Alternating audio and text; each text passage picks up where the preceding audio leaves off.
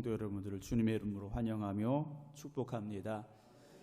원래 오늘은 우리 감리교회의 창시자라고 할 수 있는 존 웨슬리 목사님의 회심을 기념하는 주일입니다. 그래서 원래 오늘 저녁에 웨슬리 회심 기념 예배가 있어야 되는데 감리사님께서 감리사 연수 관계로 출타하셔서 다음 주로 이렇게 미뤄졌습니다. 그래서 다음 주에 웨슬리 회심 기념주일을 지키게 되는데요. 장로교다, 감리교다, 침례교다, 성결교회다, 교단이 참 많습니다. 세상 사람들이 말해 교회면 다 교회지 뭐 이렇게 교파가 많냐 이렇게 얘기를 합니다.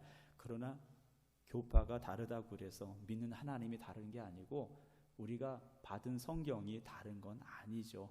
어떤 부분을 조금 더 중요하게 생각했느냐에 따라서 이 교파가, 교단이 갈라져 내려오게 됐는데요. 이 존 웨슬리 목사님은 런던, 영국 분이십니다. 영국에서 출생하셨고 또 성장하셨던 분인데 로마서를 읽어가면서 그분이 그 전에 깨닫지 못했던 하나님의 은혜를 체험하면서 새롭게 그의 신앙이 정립이 되어졌고 그 신앙의 열정을 가지고 복음을 열심히 전하셨어요.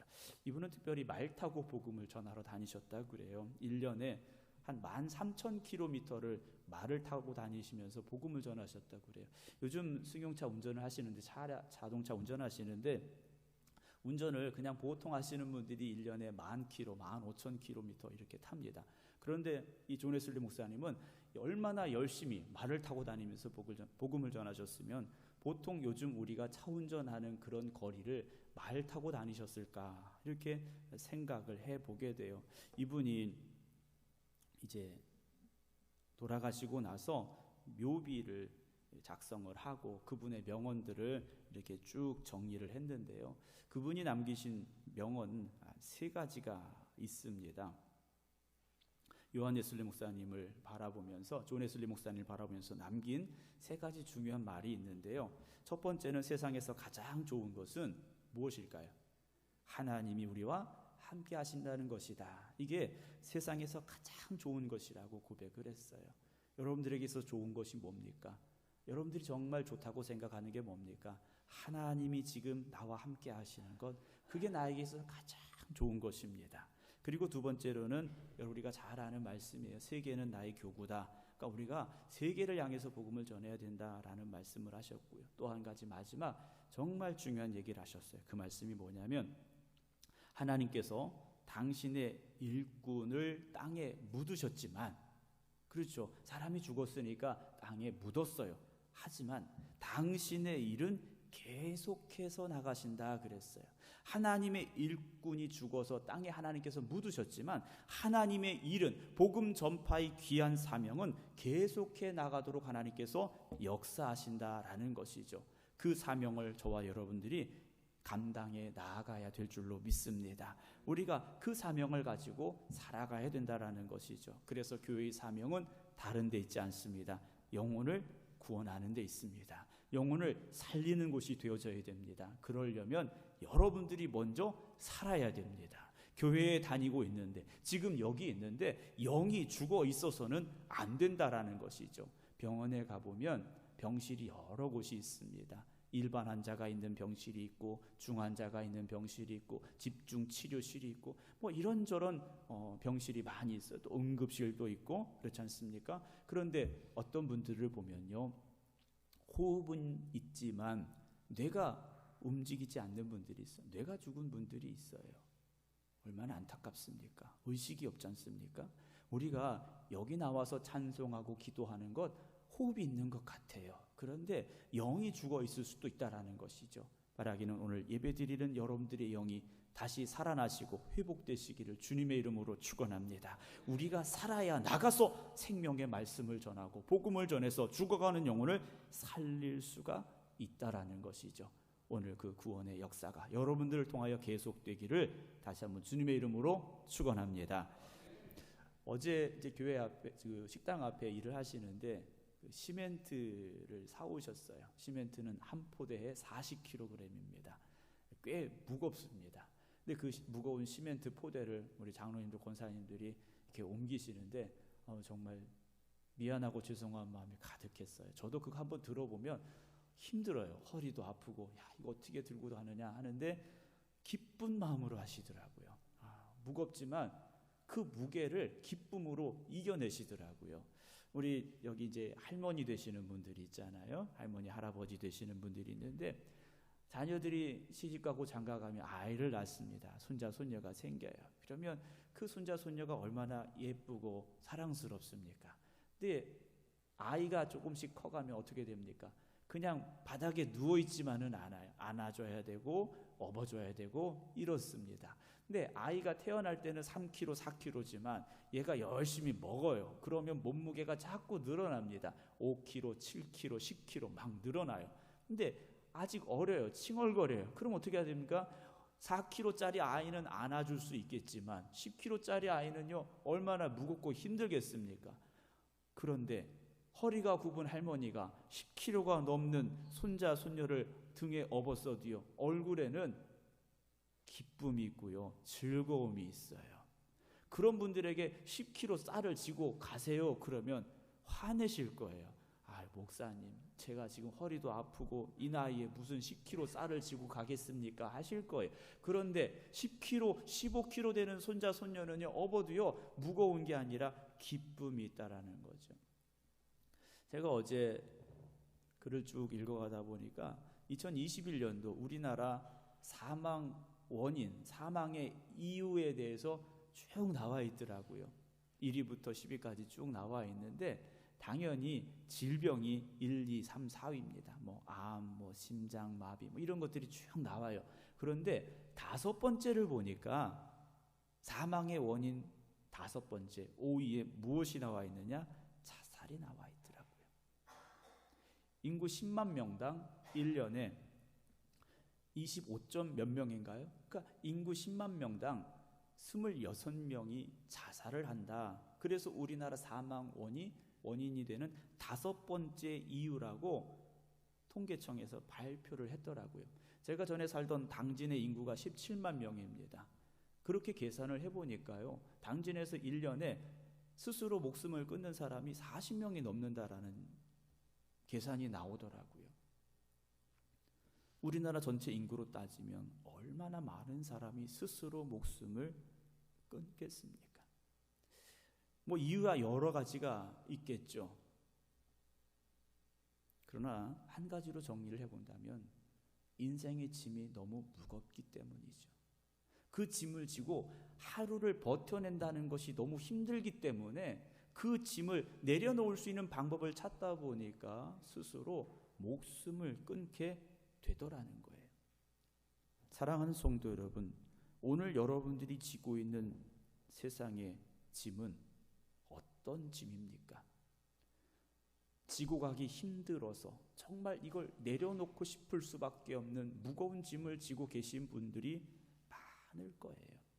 그래서 세상을 즐겁게 살아가시는 분들보다는 어쩔 수 없어서 살아가시는 분들이 꽤 많다라는 거죠. 목사도 짐이 있느냐? 당연히 짐이 많죠. 저도 짐이 많습니다. 그래서 때로는 참 힘들 때가 있어요. 세상 모든 사람들은 다 짐이 있습니다. 짐이 없는 사람은 한 명도 없다라는 거죠. 오늘 본문의 말씀은 우리가 너무나도 잘 아는 말씀이에요. 수고하고 무거운 짐진 자들아 다 내게로 오라. 내가 너희를 쉬게 하리라. 누가 하신 말씀입니까? 예수님께서 하신 말씀이에요. 예수님께서는요 우리가 수고하고 무거운 짐을 지고 있다라는 것을 너무 잘 아셔요. 너무 잘 알고 계시다라는 거죠. 그런데 주님께서 뭐라고 말씀하셨습니까?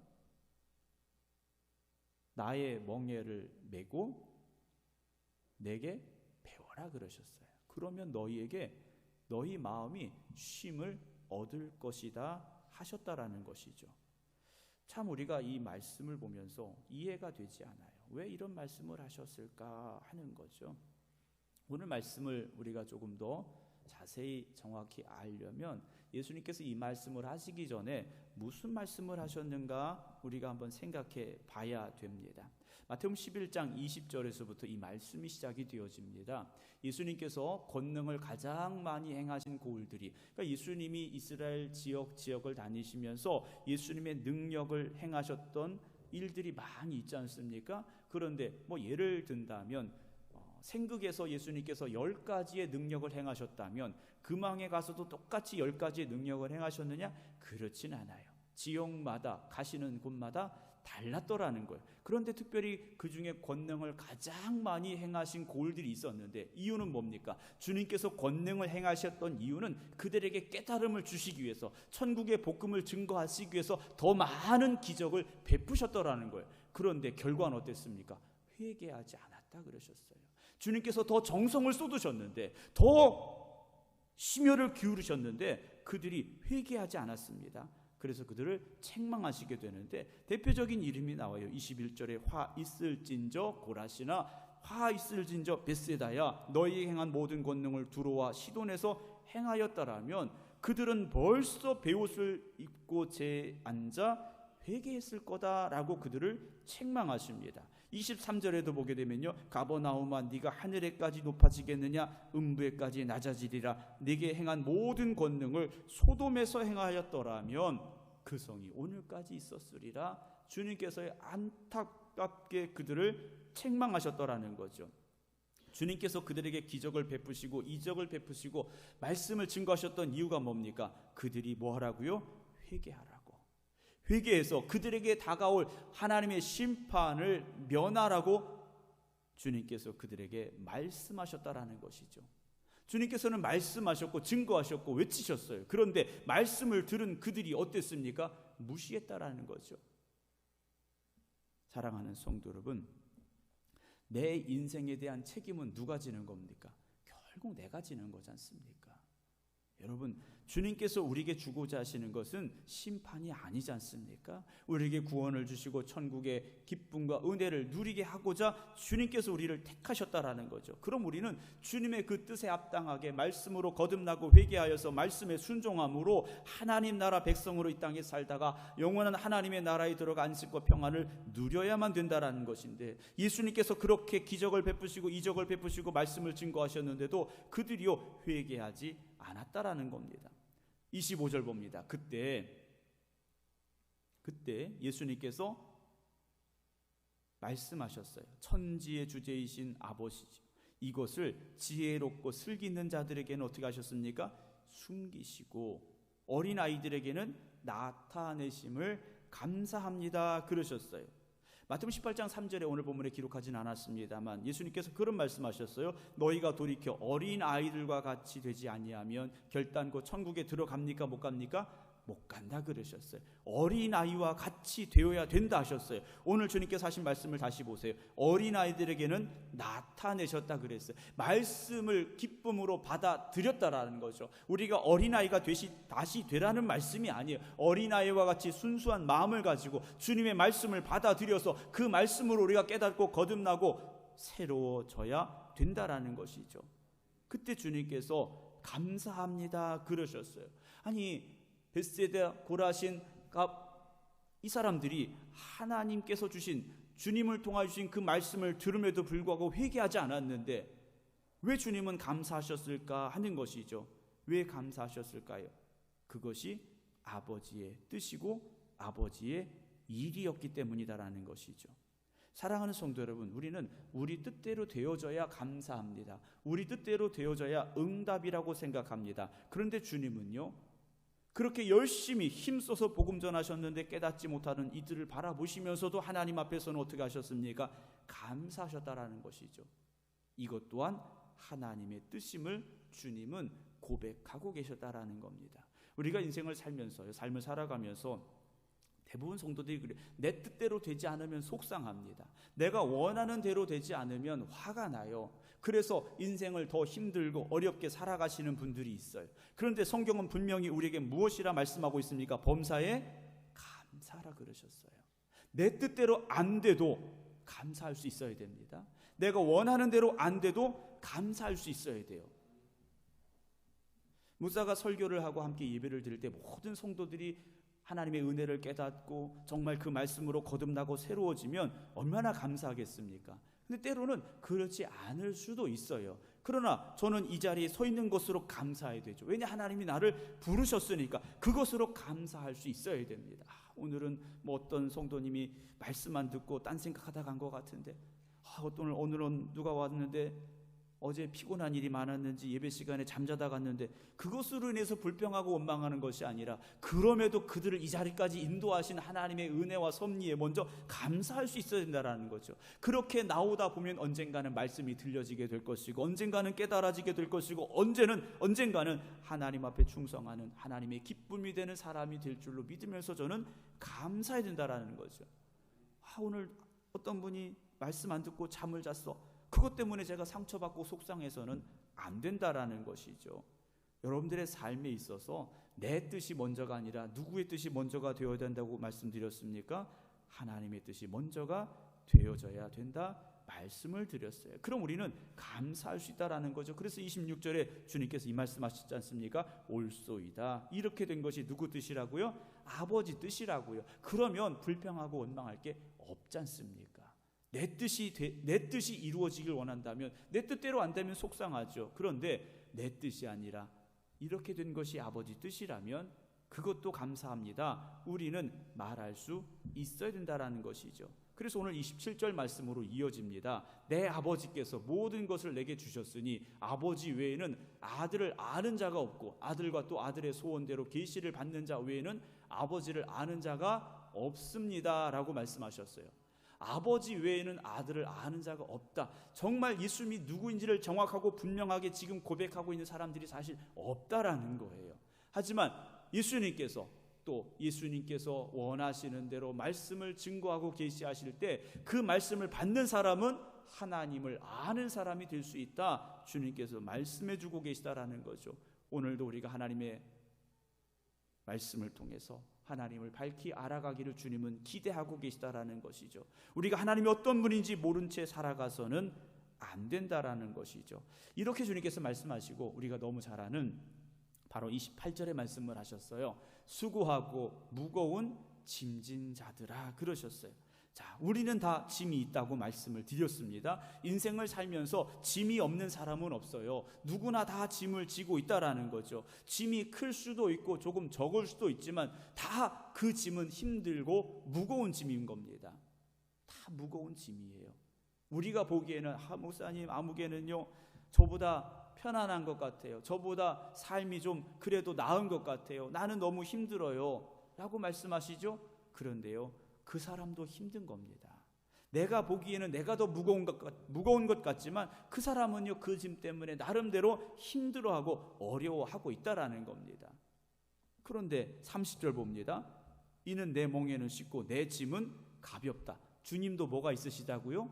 짐이 있으시대요. 우리만 짐이 있는 것이 아니라 주님도 짐이 있다라는 거죠. 우리도 짐을 지고 가지만 주님도 그 짐을 지고 가신다라는 거. 왜냐? 이 세상의 모든 사람은 다 짐을 질 수밖에 없다라는 거죠. 그런데 우리가 진 짐은 어떤 짐입니까? 수고하고 무거운 짐이에요. 저나 여러분들이 지고 있는 짐은 수고하고 무거운 짐이라는 겁니다. 하지만 30절 주님의 멍에는 쉽고 주님의 짐은 어떻다고요? 가볍다 말씀하셨어요. 우리의 짐은 수고하고 무거운 짐인데 주님의 짐은 가볍다라고 하신다는 거죠.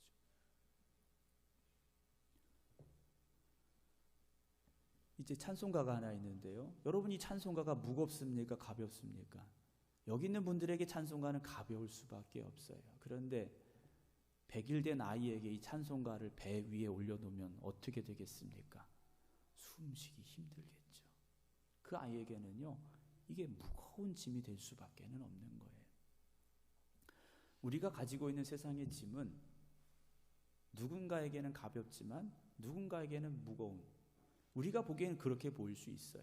그런데 우리가 느끼는 그 체감하는 무게는요 다 무겁습니다. 여러분 지금 이게 가볍다고 말씀하셨잖아요. 이 찬송가 하루 종일 들고 계셔 보실래요? 잠 안 자고 24시간 들고 계셔 보실래요? 이렇게 들면 조금 낫겠죠? 이렇게 들고 있으면 어떠시겠어요? 1시간 들고 있으시겠어요? 못 들고 있습니다. 지금은 가벼운 것 같아도요, 이것을 하루 종일 지고 가면 힘들 수밖에 없는 거예요. 그러니까 누군가의 짐이 가벼워 보여도요, 그에게 그 짐은요 떠나지 않는 짐이에요. 그래서 여전히 수고하고 무거운 짐일 수밖에 없다라는 거죠. 다시 28절을 봅니다. 수고하고 무거운 짐진 자들아 다 주님께로 오라 그러셨어요. 오라. 내가 너희를 어떻게 하신다고요? 쉬게 하신다고 그랬어요. 자, 무거운 짐을 지고 이렇게 하루 종일 들고 있었어요. 그러면 우리를 쉬게 하시려면 어떻게 됩니까? 이걸 내려놓게 하셔야 돼요. 그렇죠? 내려놓게 하셔야 돼요. 그런데 성경을 보면요, 이걸 내려놓아라 하시는 말씀은 하나도 없어요. 이걸 주님께서요 내려놓으라는 말씀이 없어요. 주님께서 그걸 나한테 줘라 하시지도 않으셨어요. 그냥 나한테 와라, 내가 너희를 쉬게 하겠다 하셨다라는 거죠. 어떤 분들은 그래요. 목사님, 예수 믿으면 문제가 다 해결될 줄 알았는데 그렇지 않아요. 교회 다니면 기쁜 일만 있을 줄 알았는데 그렇지 않아요 하시는 분들이 있어요. 우리가 잘 알지 않습니까? 여러분들 신앙생활 하신 지 5년, 10년, 30년, 40년, 50년 되셨어요.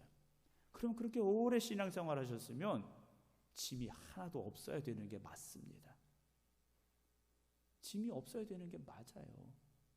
그런데 50년 신앙생활 하셨어도 수고하고 무거운 짐은 있다라는 거죠. 그럼 말씀이 잘못된 거 아닐까 생각을 합니다. 그럼 왜 부르셨을까라는 거죠. 짐을 없애주셔야지. 문제도 해결해 주시고 질병도 낫게 하시고 다 사라지게 해주셔야지. 아니, 말씀이 틀린 것 같아요 말할 수 있어요. 사도 바울에게 뭐가 있었다고 말합니까? 가시가 있었다고 그랬어요. 사도 바울이요, 예수님 나의 가시를 없애주세요. 정말 바울이 목숨을 걸고 3번 기도합니다. 그런데 주님께서 하신 말씀 뭡니까? 그 가시 내가 빼줄게 하지 않으셨어요. 내 은혜가 네게 족하다 그러셨어요. 사랑하는 성도 여러분, 오늘 주님 앞에 나오셔서 여기다 짐 다 내려놓으시고 다 해결받고 돌아가실 때 정말 쉼을 가지고 기쁨을 가지고 돌아가실 수 있으면 얼마나 좋습니까? 그런데 똑같아요. 교회 나와서 기도하고 찬송하고 열심히 예배드렸는데 세상의 일들이 바뀐 게 없다라는 거죠. 얼마나 힘듭니까? 근데 주님 쉬게 하겠다 말씀하셨어요. 30절을 다시 보세요. 이는 내 멍에는 쉽고 내 짐은 가볍다 그러셨어요. 주님의 멍에는 쉽고 주님의 짐은 가볍다. 그러면 29절에 무슨 말씀이 있을까요? 나는 마음이 온유하고 겸손하니 나의 멍에를 우리에게 뭐하라고 말씀하십니까? 우리가 지고 있는 짐도 수고하고 무거운 짐인데 예수님께서 주님께서 가지고 있는 멍에를 우리한테 더 지라고 하신다라는 거예요. 힘들고 어려운데 지금 살아가는 것도 힘든데 아니 짐을 더 지라고 하시는 거예요. 그런데 내게 배워라 그러셨어요. 내게 배워라. 주님에게서 배워라 그러셨어요. 주님이 이 땅에 지고 오신 짐은요, 우리가 감당할 수 없는 짐입니다. 십자가의 짐이었어요. 그런데 주님은요, 그 짐이 무거운 게 아니라 그러셨어요. 쉽다고 가볍다고 하셨어요. 왜 그럴까요? 예수님께서 짐을 지고 계셨지만 그 짐은요, 예수님의 짐이 아니라 하나님이 주신 짐이었기 때문에, 하나님이 주신 짐이었기 때문에 누가 지고 계신 겁니까? 하나님이 지고 계신 거예요. 여러분, 우리의 짐을 내가 지고 있으면 너무 힘듭니다. 너무 힘들어요.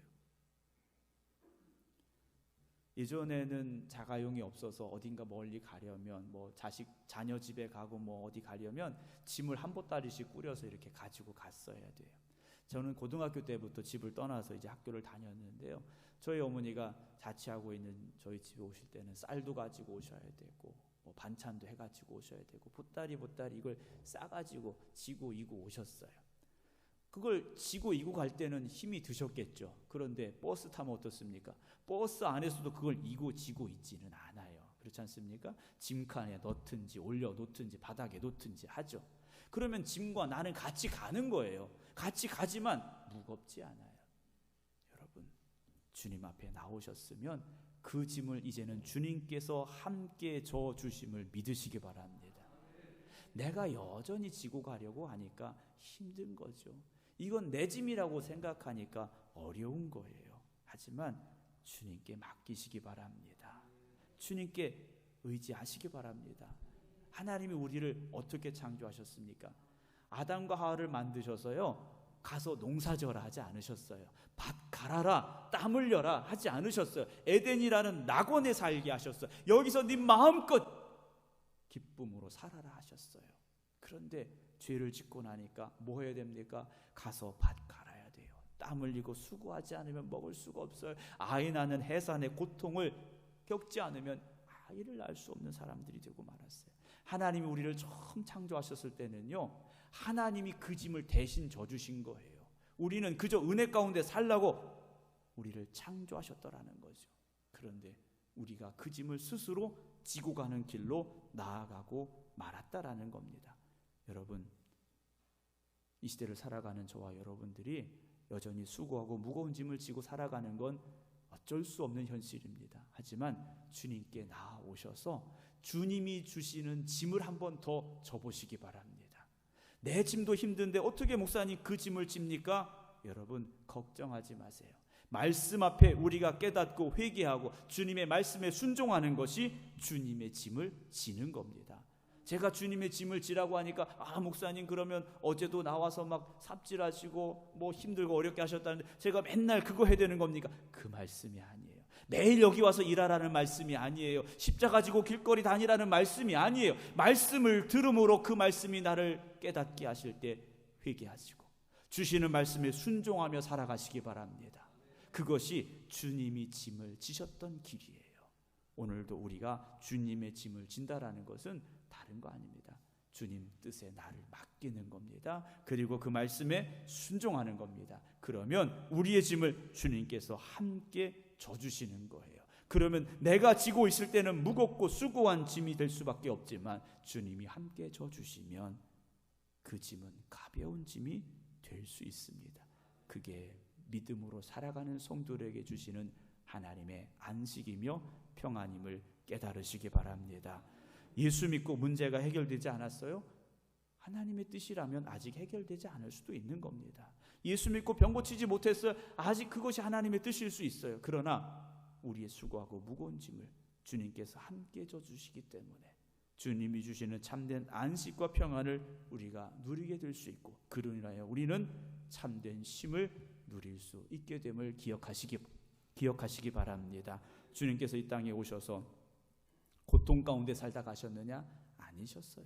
주님의 삶은 하나님이 함께 하시는 안식의 삶이었고 평안의 삶이었고 기쁨의 삶이었습니다. 오늘도 하나님께서는 여러분들이 그런 삶을 살기를 원하고 계십니다. 그러나 마귀는 여전히 우리에게 속삭여요. 수고하고 무거운 짐, 수고하고 무거운 짐. 그래서 그것이 우리의 머릿속에 세뇌되도록 합니다. 인생은 힘들어, 인생은 고통스러워. 그러나 우리는 달라져야 됩니다. 인생은 행복한 겁니다. 하나님이 우리와 함께 하시니 우리는 행복한 사람들입니다. 그래서 그 기쁨과 감사함을 회복하셔서 이번 한 주간도 세상에 수고하고 무거운 짐은 있지만 주님이 함께 져주시고 계셔. 내 짐은 나 혼자 지는 게 아니야. 주님이 함께하고 계셔. 그 기쁨을 누릴 수 있는 행복한 우리 모든 성도들 되시기를 주님의 이름으로 축원합니다. 기도하겠습니다.